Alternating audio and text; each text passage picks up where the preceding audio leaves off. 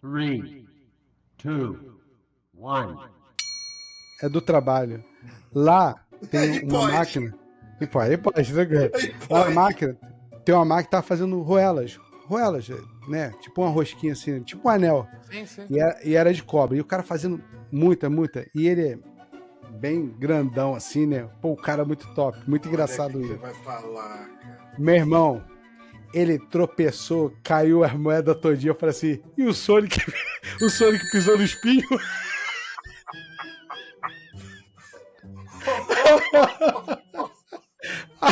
Cara, mas foi muito. Foi muito rápido, maluco. Aí ele, pô, cara, tu meteu essa piada, aí eu menti. Foi rápido. Aí, o Bruno, foi muita ruela pro alto, maluco. Caraca, Eu vou o remarcar Sonic. esse podcast, cara, pelo amor de Deus.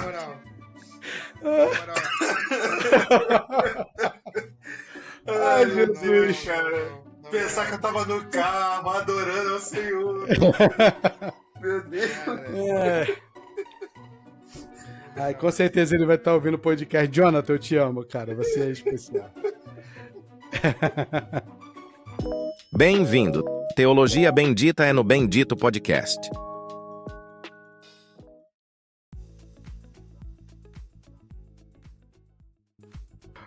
Olá, benditos irmãos. Sejam bem-vindos a mais um Bendito Podcast. E hoje é aí um episódio especial de Natal, né? Vamos falar sobre o significado do Natal, se é uma festa pagã, se não é. Espero esclarecer algumas dúvidas relacionadas a essa data tão importante, né, para nós cristãos. E estamos aí com a mesa aí, novamente Felipe Pavão, Bruno Paz. Dá um alô para a galera aí, Felipe. Deus abençoe sua vida, motivo de muita alegria estar aqui, podendo falar um pouquinho da palavra de Deus, podendo compartilhar alguns pontos históricos, podendo elucidar algumas questões aí sobre o Natal. E vamos ver o que o Bendito tem para hoje, né? Nosso querido reverendo Bruno Paz. Fala, pessoal, é um prazer imenso estar aqui mais uma vez com vocês nesse novo episódio. E vamos falar do Natal, né? Vamos tirar algumas dúvidas, como o Felipe falou. E eu espero, sinceramente, que o Natal nasça todos os dias para você. O verdadeiro Natal nasça todos os dias no seu coração. Aí você vai descobrir ao longo do caminho aí que Natal a gente está falando. Deus abençoe e vem com a gente. O Brunão meteu uma aí, tipo locutor de AM. O verdadeiro Natal. Valeu, Bruno. Ficou bonito. Esse cara é um mestre mesmo. 19 horas. Cara, chegando aí o Natal, e é uma época aí que a galera tá gastando dinheiro, já escolheram seus presentes, né? Bastante panetone, farofa com passas, arroz com passas ou sem passas, as mesmas discussões. Qual ave vamos levar? Quem vai levar o pernil? E sempre as mesmas discussões, né? Mas é uma data muito maneira, muito boa. Eu, particularmente, sou apaixonado pelo Natal. E vamos falar um pouco da história do Natal, entender um pouco sobre essa data. Bruno, fala um pouco da história do Natal aí. Tem algo aí para dizer pra gente aí? De presente de Natal? Ho, Papai Noel chegou. Essa barbinha que eu tenho aqui, acho que dá pra fazer um bico, né? Não, cara, a gente tem vou chamar aqui de duas histórias de Natal. A parte histórica, que foi puxando aí o Natal de um lado, começou lá atrás. Coitadinho do São Nicolau, né? O São Nicolau aí, pô, entrou de gaiato na parada aí. A gente tem essa transformação que ocorreu na história de festas pagãs e o Natal como a gente conhece hoje. E nós temos o verdadeiro Natal, que aí a história começa com o nascimento de Jesus. A gente pode contar um pouquinho do Natal começando lá atrás, mas o Natal começa com Jesus. O Natal, o início do Natal, a história do Natal começa quando aquele menino nasceu lá em Belém, naquela manjedoura, porque não tinha lugar para ele. Lá ele nasceu e ali começa o Natal. Show, show. Acho importante, todo mundo sabe, né, que celebramos o nascimento de Jesus Cristo. É enigmática essa data, falaremos disso um pouco mais na frente, mas é importante também a gente lembrar tanto o preço e como a importância que foi trilhado até que essa data ela fosse que ela aconteceu, né?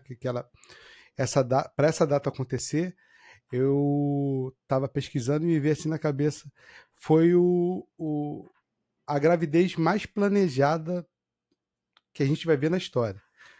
Se teve uma gravidez planejada, foi o nascimento de Jesus, né? Falaria do Éden, mas nós sabemos que esse plano ele antecedia a criação. Então, o Natal ele tem um peso porque o Velho Testamento aponta para essa data, o Natal. Ela tem uma importância muito grande. E quando a gente vê esse cenário que Jesus nasceu, a gente analisa o período intertestamentário, a gente vai vendo uma mudança de sociedade. O Alexandre o Grande, a partir dele, ali a helenização começa a acontecer, né? Começa a ter um novo governo, um novo estilo. Os cativos, as pessoas que eram dominadas pelo Império Romano, tinham uma certa liberdade.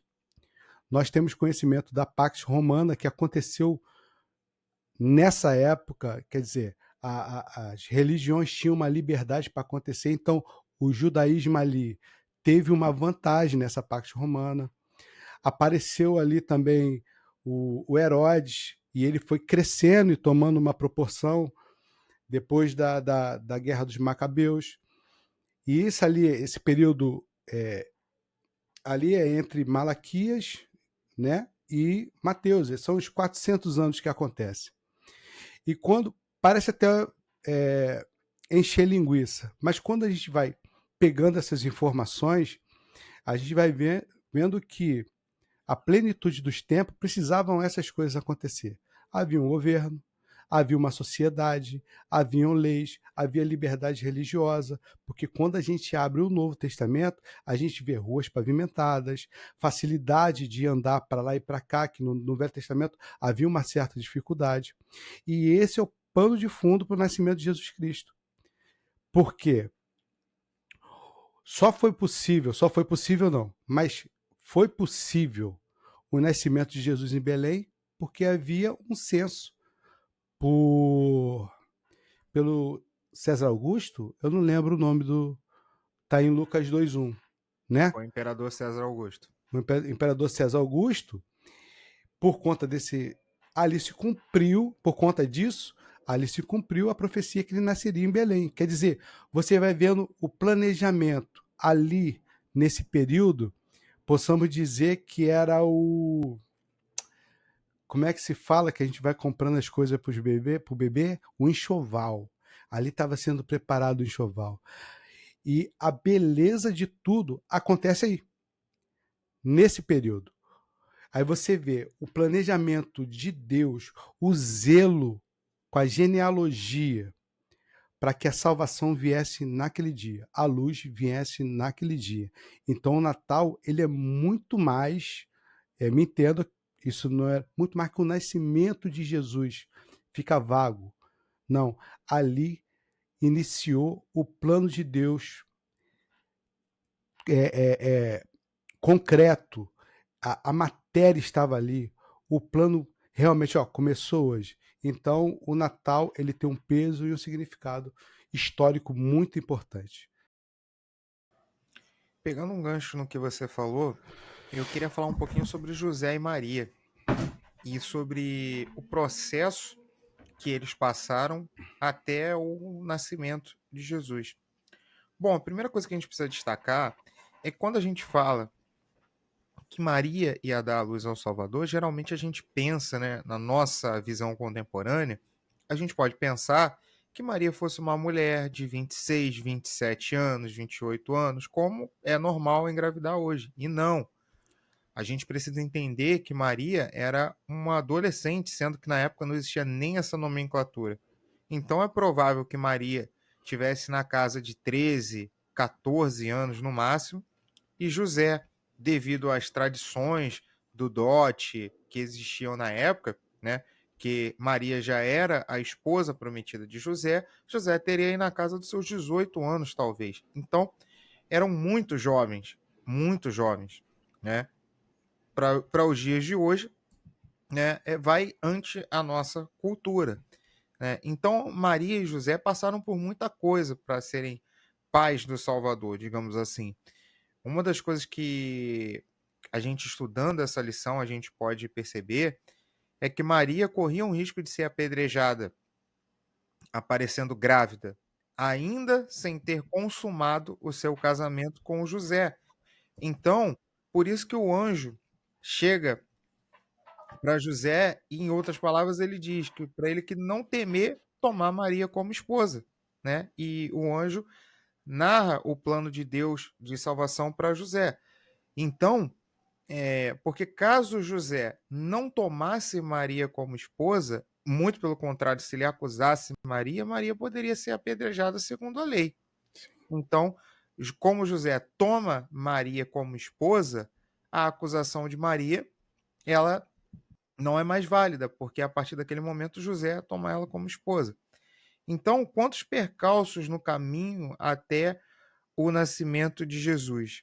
E aí, partindo um pouco mais adiante, Maria, entre aspas, se livra da condenação, mas provavelmente ela não se livrou da condenação das pessoas, né? No sentido de acusação, de que era uma mulher grávida. E um dos pontos que a gente pode destacar é a chegada em Belém, né? Tem um ponto na Bíblia que fala que eles não acharam onde se alojar.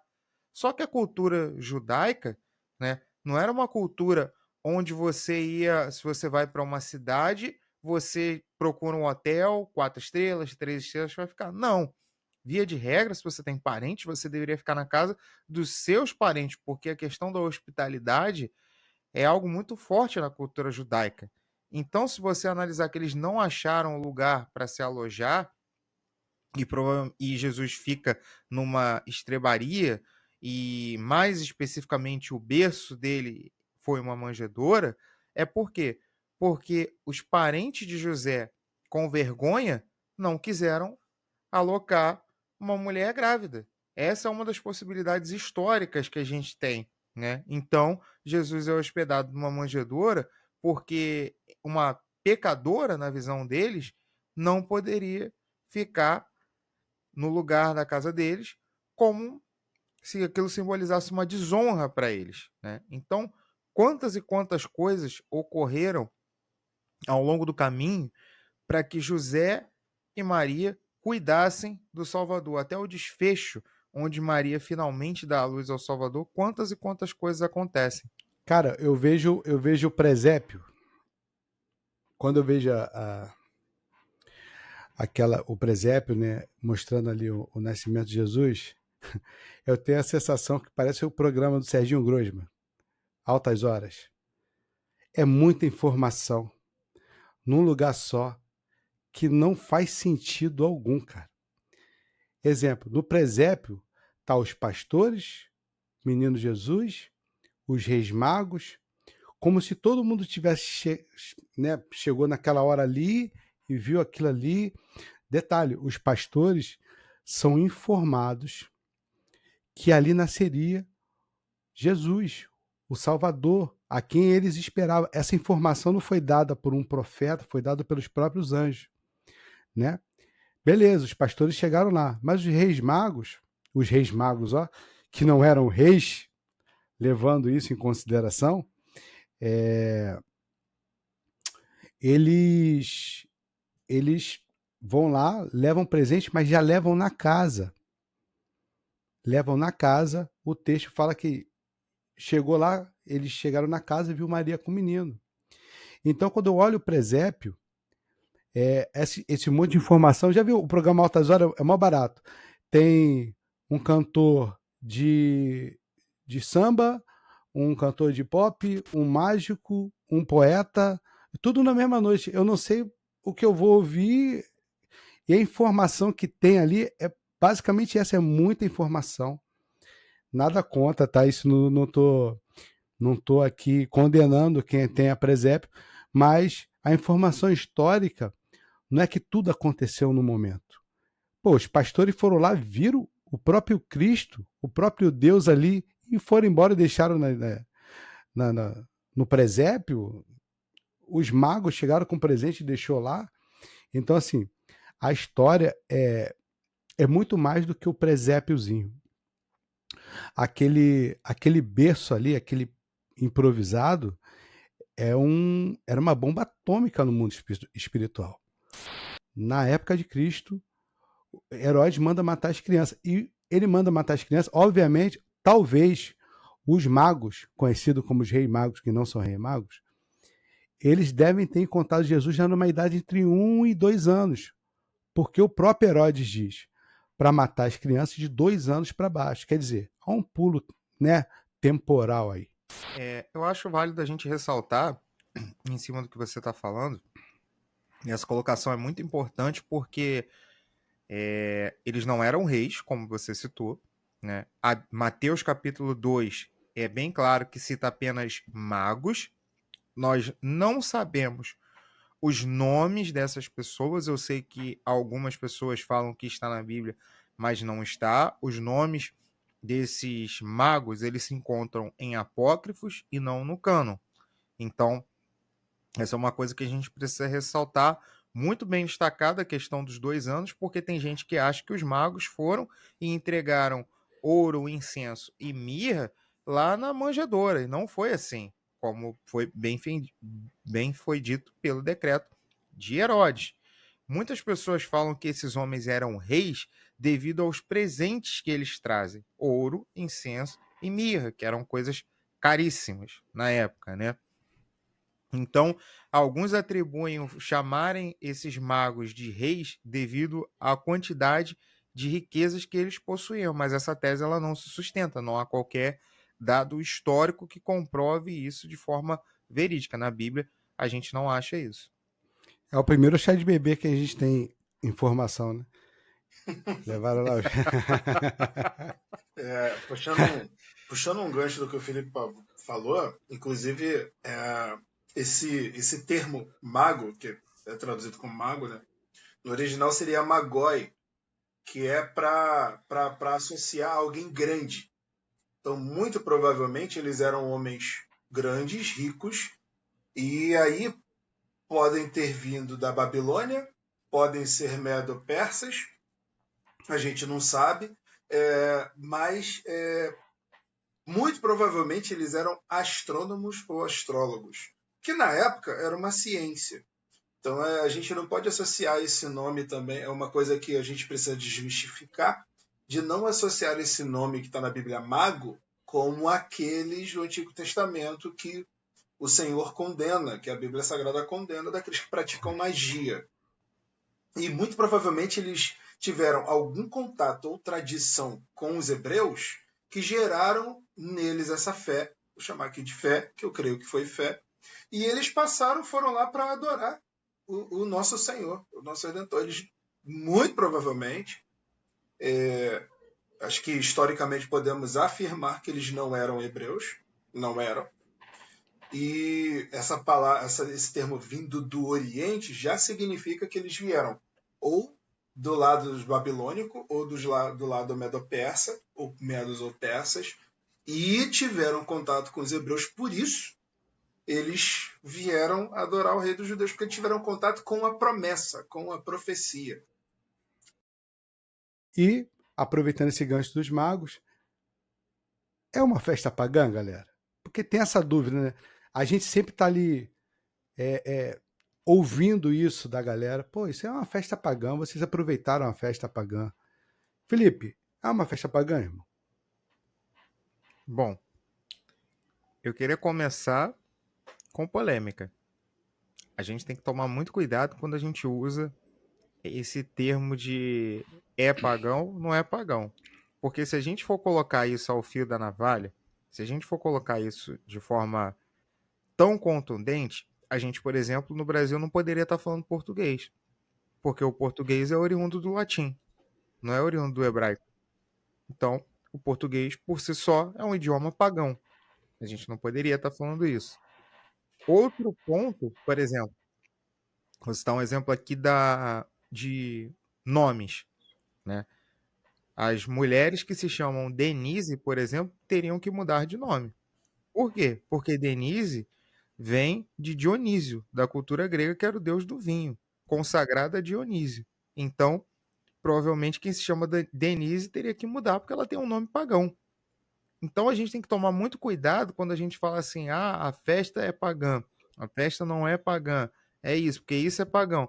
E se você for colocar tudo no mesmo bolo, isso pode dar um problema grave. Por exemplo, você não vai poder mais usar o calendário que você usa hoje. E a gente, se for falar, por exemplo, do calendário, a gente vai ver que o calendário judeu era um antes da Babilônia, quando muda, quando volta da Babilônia, a nomenclatura do calendário já muda. E aí, o que é pagão, o que não é pagão? Então a gente tem que tomar muito cuidado. Não vejo problema nenhum em comemorar o Natal, mesmo que as pessoas dizem que é uma festa pagã, se você realmente conhece o verdadeiro sentido do Natal, que é o que nós estamos falando aqui. É o nascimento de Jesus, é o que foi profetizado nos 39 livros do Antigo Testamento. É a consolidação das profecias ali no Evangelho de Mateus, Marcos, Lucas e João. O Natal, o cristão tem que saber bem o que é. É o nascimento do nosso Redentor. Tanto faz se a gente comemora em dezembro, julho, se foi no inverno, foi no verão asiático. O que importa é que o nosso Redentor nasceu. Pode ter se originado numa data que era pagã, mas o importante é que o centro do Natal é o nosso Redentor, é o nosso Salvador. Nós celebramos a sua vinda. Nós celebramos o seu nascimento. É isso que importa. É importante também ressaltar porque não há nenhum documento, né, que diga que o Natal ele tomou a festividade de alguma festa pagã. Hipólito de Roma, ele viveu ali 200 anos depois de Cristo, quer dizer, é uma idade bacana quando a gente fala de informação. Ele diz que Jesus, a festividade de dezembro, é o aniversário de Jesus. E como tradição, né, da igreja, porque quando falamos de teologia sistemática, é a Bíblia e a tradição. A tradição ela tem uma validade muito grande. Então ele diz que o Natal foi dia 25. Legal, então eu particularmente, tá? Maneiro, fico com isso. Mas isso não quer dizer que tenha sido outro dia, mas que foi uma festa pagã, é complicado. Eu não creio nisso. O que acontece também é que eles comemoravam a vitória do sol, porque o inverno, as datas ali até 21 de dezembro, a noite se tornava mais longa e parecia que as trevas iam vencendo a luz. Até que essa festividade, né, que eles comemoravam era o Sol Vitorioso, né, que se chamava, eu deixei anotado aqui, Sol Invictus, quer dizer, o Sol Vitorioso, a vitória do Sol. Alguns livros traduzem pra gente Sol Indômito, né? Que foi por essas festas aí foi por volta dos 286 depois de Cristo, 290. Isso. E eles comemoravam isso como essa vitória do Sol. Cara, tem uma alegoria nisso, podemos usar isso. Pô, eu acho maneiro, porque a luz do mundo veio ao mundo, venceu e veio para vencer as trevas, mas isso não é associado ao Natal. O Natal, até mesmo o Natal comercial, como a gente conhece hoje, é algo novo. O Natal comercial, que a gente compra presente, tá? O bom velhinho, né? Depois a gente vai conversar sobre isso, eu tenho um problema com esse velhinho. E ali é algo totalmente distinto, não é algo, sabe? Você não vai achar documento nenhum dizendo disso, que o Natal, essa data foi porque eles comemoravam a festa pagã. É uma possibilidade, como a data de Jesus. Há pais da igreja, na patrística, que dizem que nasceu em novembro, outros dizem que nasceu em outubro. Tem um estudioso muito famoso aí, arqueólogo, que tem uma relevância, acho que ele é o arqueólogo de maior autoridade aqui, né, no Brasil, o Dr. Rodrigo Silva. Ele já defende com aquela história dos pastores, não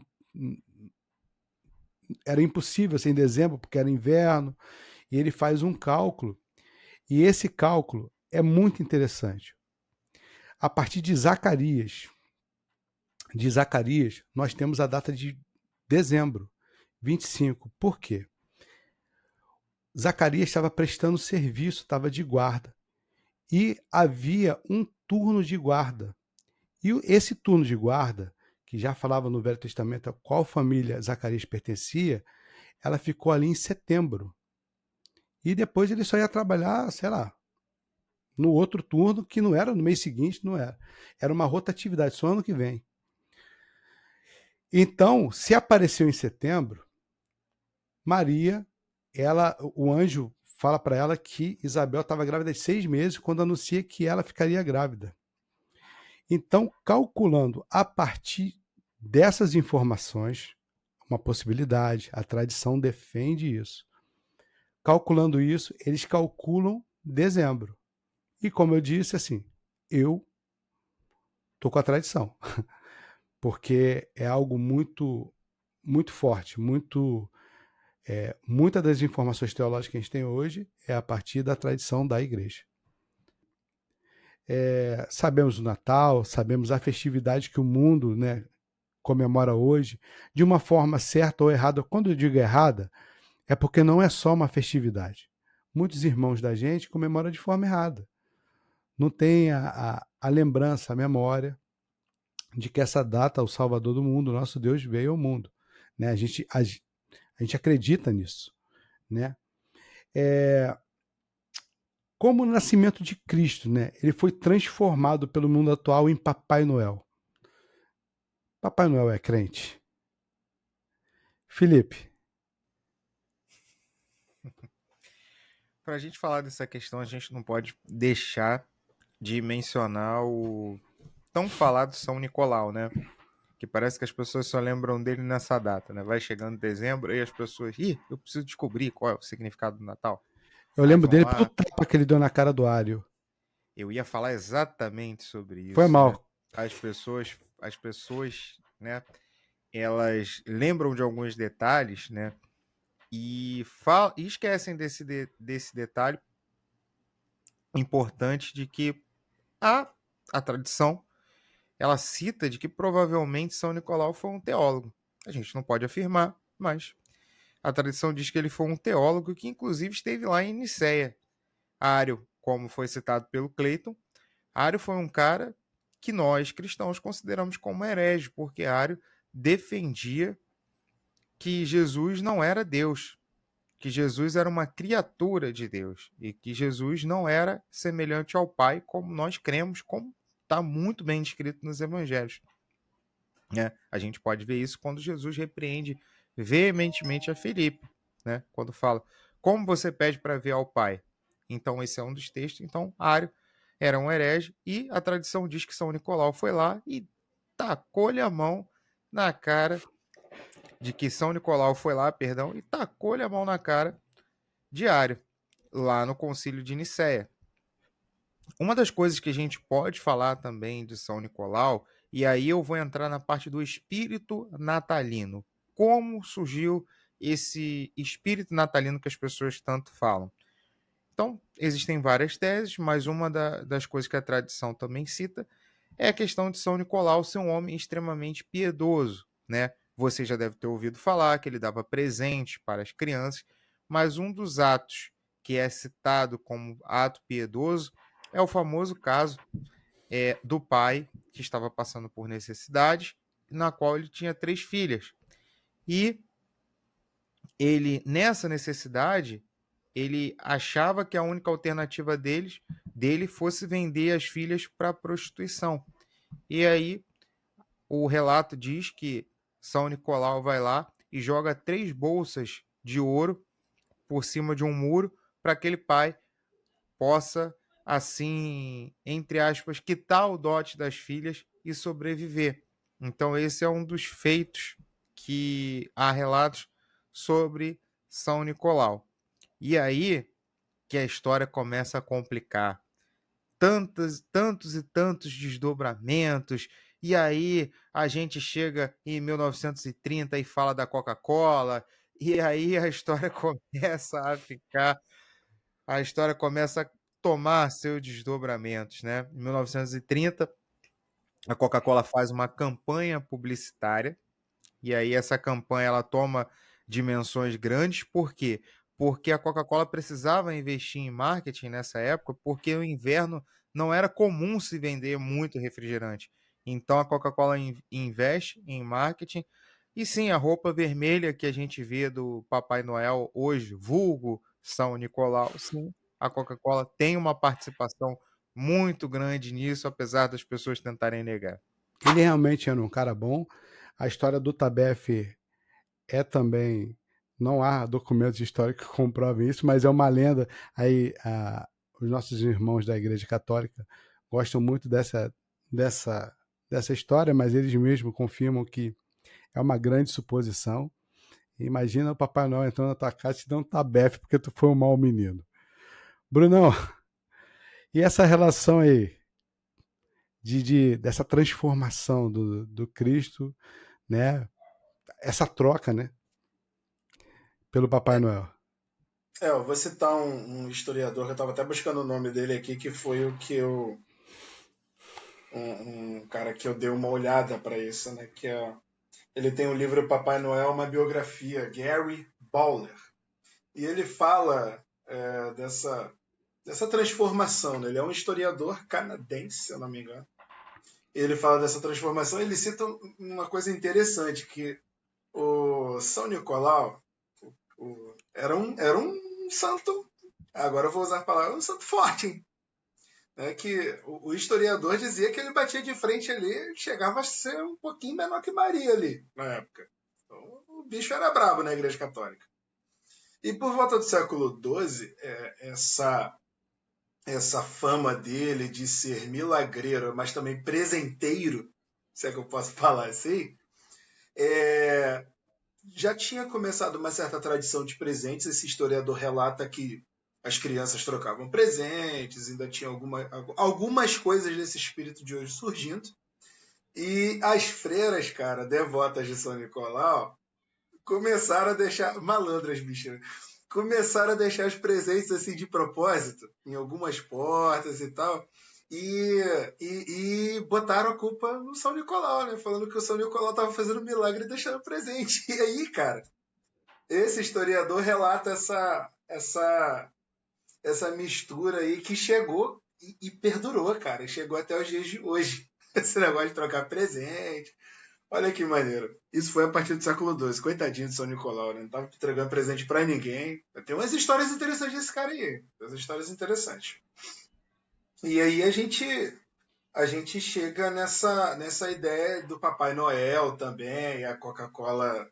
Deixa a Coca-Cola de lado aí, já falou muito da Coca-Cola.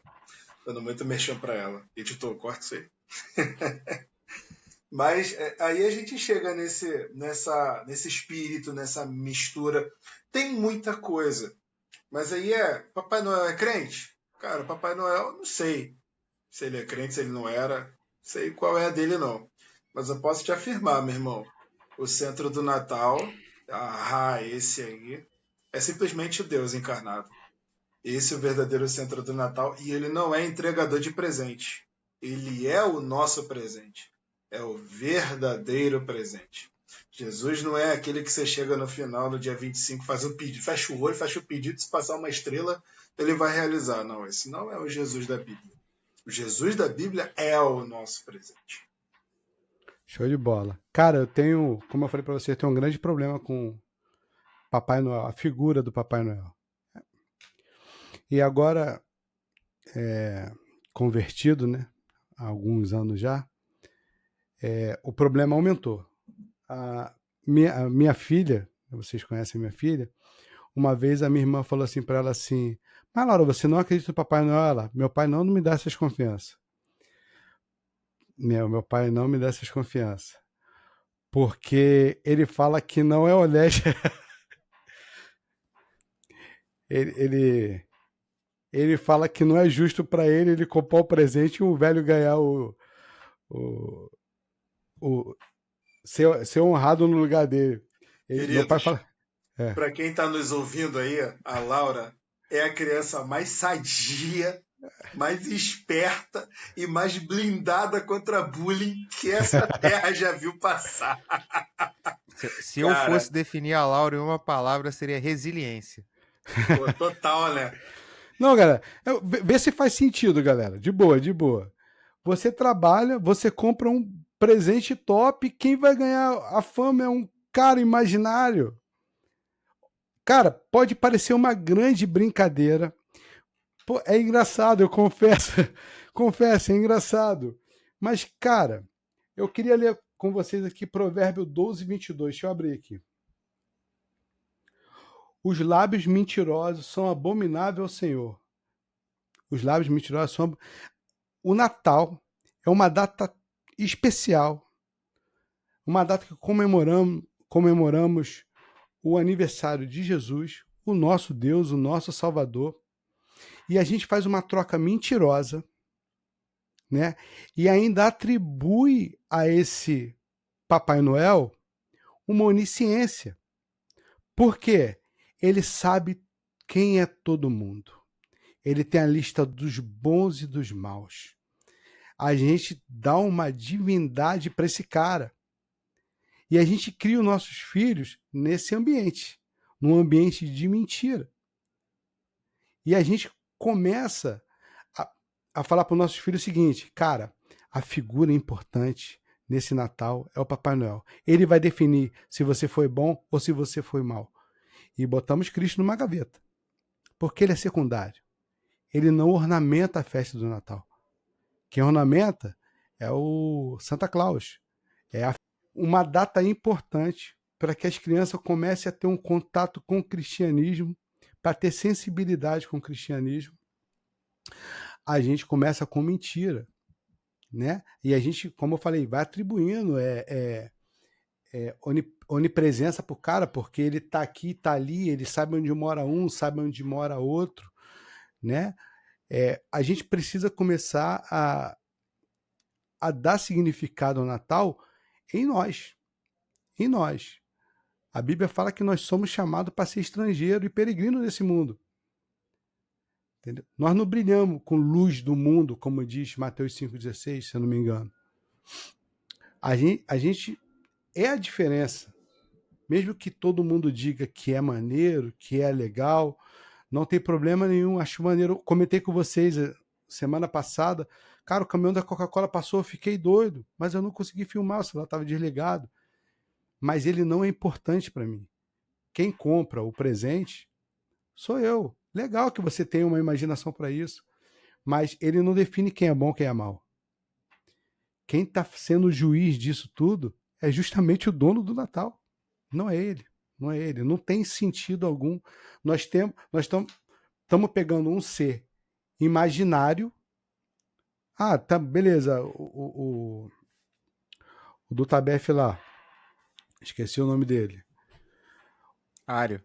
O Ário não. O que deu tapa. O Anderson Silva São Nicolau, obrigado. O Anderson Silva da Igreja Católica. Ele...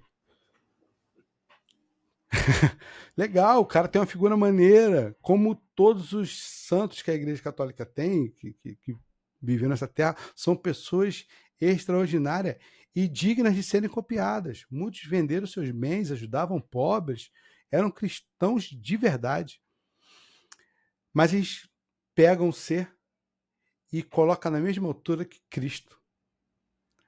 Entendeu? Um fala ho, ho, ho, mas eu prefiro o está consumado.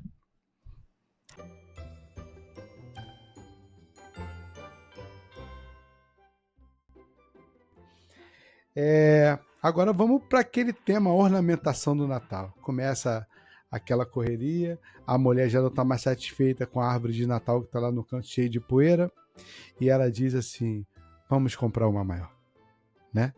Eu não quero mais aquela. Cara, só usou uma vez, tu usou, eu sei a data que você usou, eu sei a data, eu tenho certeza que você usou no período de dezembro. Não, ela quer comprar outra árvore. Então, enfeitar minha casa para o Natal. Aquela famosa lenda da árvore de Natal. É válido isso aí? É válido essa história da lenda? Crente pode ter árvore de Natal, não pode ter árvore de Natal? Brunão, fala com a gente aí. Pô, irmão, eu tô nessa aí junto contigo aí da árvore. Tô tentando convencer o pessoal aqui a não comprar não, cara. Pô, a árvore tá cara pra caramba, meu irmão. Que isso? Amigo, então, eu não queria comprar árvore de Natal não, tá? Porque tá cara. Mas não é porque não pode não. Eu ia tacar-lhe umas bolinhas aqui, pisca-pisca, deixar o negócio bonitão aqui, que eu não tenho problema com isso não. Eu não... É aquilo que a gente começou falando, cara. Se a gente paganizar tudo... Aliás, eu vou muito além do paganizar. Esse demonizar. Se a gente demonizar tudo, a gente não vai viver. E assim, o Natal, primeiro, ele é um momento evangelístico. É um momento em que o mundo inteiro tá olhando para o Papai Noel, mas a gente tem a oportunidade de mostrar para o mundo qual é o verdadeiro sentido do Natal. A gente tem evento na igreja, pode convidar a gente pode convidar a gente para nossa casa, vai estar a arvorezinha lá, que árvore bonita e tal, aí tá vendo aquela estrela ali? Aquela estrela, na verdade, ela simboliza isso e aquilo que na verdade aconteceu. Tu sabe a história do nascimento de Jesus? Chega aqui e vai te contar. Temos oportunidade, temos muita oportunidade. Bota a fotinha da família. Segundo ponto é um momento de comunhão. O Natal é um momento de comunhão. Então, imagina você destruir, como você estava falando da criancinha, né? O Pavão, o Felipe falou mais cedo, não me lembro agora, da gente destruir esse momento, demonizando a árvore, demonizando o momento do Natal, demonizando isso, demonizando aquilo. É um momento de comunhão. Então, assim, a lenda da árvore é lenda. Eu, pelo menos, não encontrei evidências históricas e nada na Bíblia que me condenasse a arrumar minha árvore. Eu não vi nada que me condenasse. Eu não estou levantando sacrifício para Moloque, não, tá? Eu vou só deixar minha casa bonitinha e comprar uma árvore porque o capitalismo tá aí, né? Fazer o quê? Esse negócio aí a gente compra. Tá caro, mas a mulher falou, a gente compra. Ô, Bruno, você levantou um ponto muito maneiro, né? Que a gente pesquisa. E 2 pontos que a Bíblia fala, algo relacionado à árvore, idolatria, exemplo, em Isaías 44, fala do uso de madeira para esculpir um ídolo para adorar. Em Jeremias 3:13 diz que sobre as práticas de rituais pagãos associados à fertilidade debaixo de árvore. E você vê que há ali uma questão de idolatria. A relação que coloca ali é uma relação de idolatria. Adoração a outros deuses. Não diz nada relacionado a isso. O grande problema hoje, que o Bruno falou muito bem, é demônio, é zelelê. Verdade. E o que é muito bacana, eu vou dizer aqui em casa, tá? Aqui em casa eu sou o cara que coloca a estrela no negócio lá. Eu falo que não, vou colocar a estrela lá em cima. Porque eu realmente não gosto de arrumar árvore de Natal, não. Mas as meninas adoram. E eu não sei falar inglês, né? Eu fico fingindo que estou cantando em inglês aquela música de Natal. E elas ficam lá montando a árvore lá. E eu fico filmando pra zoar e tal, não sei o quê. Eu acho muito... Eu acho muito maneiro, cara. Eu acho muito maneiro. É irado demais, Bruno.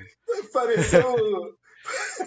Pareceu o cachorro do Dick Vigarista, pô. Eu fico lá cantando. Não, sabe o que parece aquele maluco do Pica-Pau? Tu lembra do Pica-Pau? Aquele do...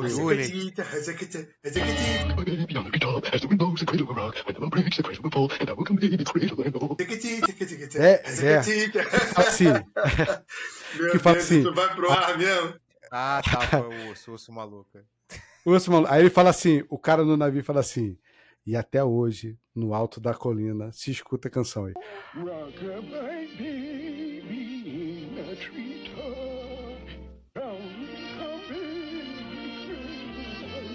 Não. Mas voltando ao nosso dado de Natal, eu acho muito maneiro, porque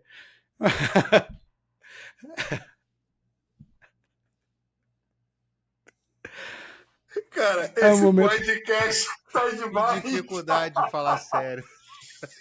Caros ouvintes, Eu- nós estamos aqui desde 7 alguma coisa tentando gravar esse podcast. Vocês não têm mas- noção do que a gente já riu aqui. Já são 9h20. Já São são 9h20. 9h20 para registro. E eu tô com aqui. fome. Tô com fome. E esse momento é o momento que a minha esposa e minha filha separam, arrumam, e eu fico ali esperando a horinha da estrela. Ó, tá pronto lá, bota a estrela. E a gente se prepara a ceia, e a gente projeta presente, né, conforme a situação, porque isso é importante, porque o presente não é importante. Mas quem está presente é importante, que é a figura de Jesus Cristo. Ela tem que estar no começo da ornamentação, na ceia, no agradecimento mesmo, porque é um Deus que se esvaziou, cara. E escolheu aquela data ali, que hoje pode ser um enigma para uns, para outros, mas como eu disse, eu fico com a tradição, para mim é dia 25, ponto, acabou, e não discuto isso. Quer comemorar dia 12 de julho, 14 de maio, meu irmão, comemora. Felipe, e aí, cara? E a ornamentação? É coisa de crente, é coisa de árvore, é pagão, não é? É sacrifício ou não é? Cara, vou dizer uma coisa pra vocês. Eu fui criado na igreja. Hoje eu tenho 34 anos. E desde criança eu escuto relatos negativos da árvore de Natal. De N fontes. Mas ninguém chega com a devida fonte. E aí, o que geralmente é contado?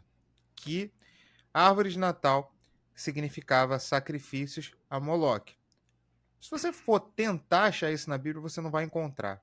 O que você vai encontrar na Bíblia são reis de Israel que passaram seus filhos para o fogo em sacrifício a deuses que não eram o Deus Altíssimo. Ok, mas em momento algum isso é ligado à árvore. E o que se contava muito antigamente? Que a árvore de Natal significava os sacrifícios ao Moloque e que até a questão das bolinhas vermelhas, eu não sei se vocês lembram disso, mas antigamente não existiam bolinhas coloridas, eram só bolinhas vermelhas.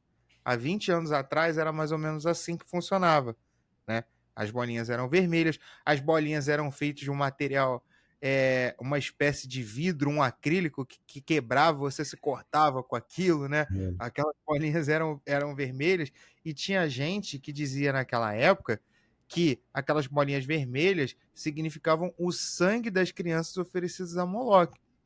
E quando você pesquisa isso, você não acha em lugar nenhum na Bíblia e você não acha em nenhum relato histórico confiável para que você chegue a qualquer denominador comum de que a árvore de Natal possa ser demonizada, de que a árvore de Natal possa ser relacionada a sacrifícios a Moloque.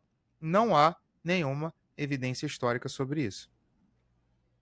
Show de bola, show de bola. Eu fico imaginando a criança cortando o dedo e falar, é Moloque. Moloque não, pô. O Enzo que é levado mesmo.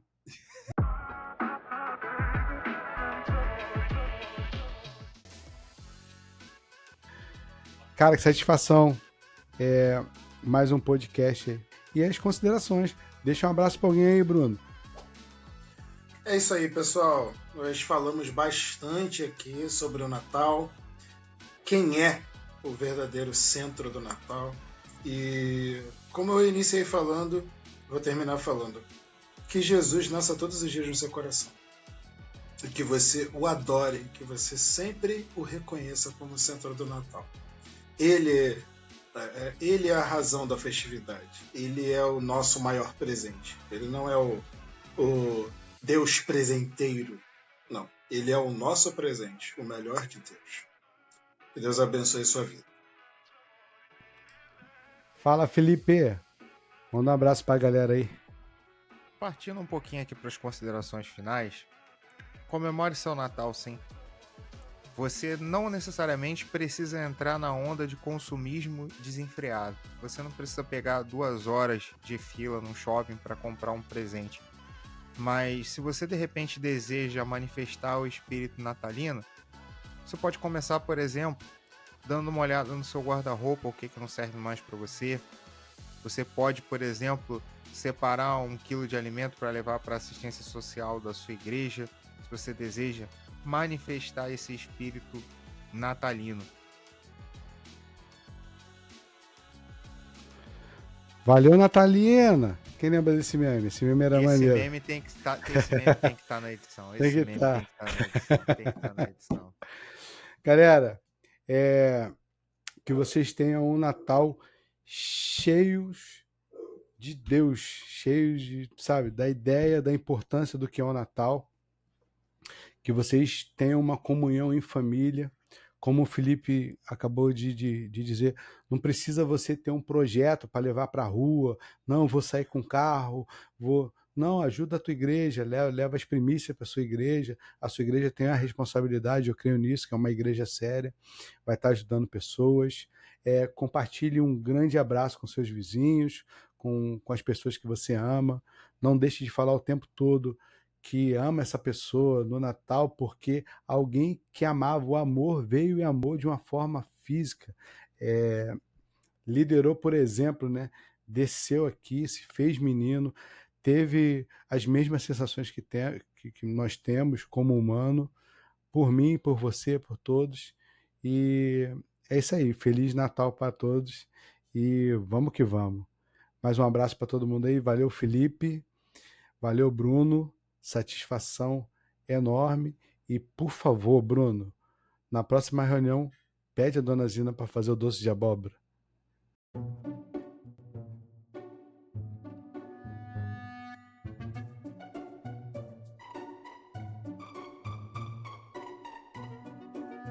Não tem... Galera, que satisfação gigantesca, né? Tá impossível hoje, cara. Tá demais ele. Vai não. Não vai entrar na minha casa, não. Cleiton, corta aí, tá? Não, olha. Ele vai ser expulso da minha casa com muito carinho e dedicação, né? Entra um cara na minha casa, come o meu biscoito cookie, entendeu? Vocês fizeram a propaganda da Coca-Cola pra caraca. Eu vou falar do biscoito cookie da Balduco, que é gostoso pra caramba, né? O leite eu compro o que dá pra comprar. Patrocina a gente aqui. Não, por favor. Aí eu vou, me olha o meliante. Tá maluco? Vai nada.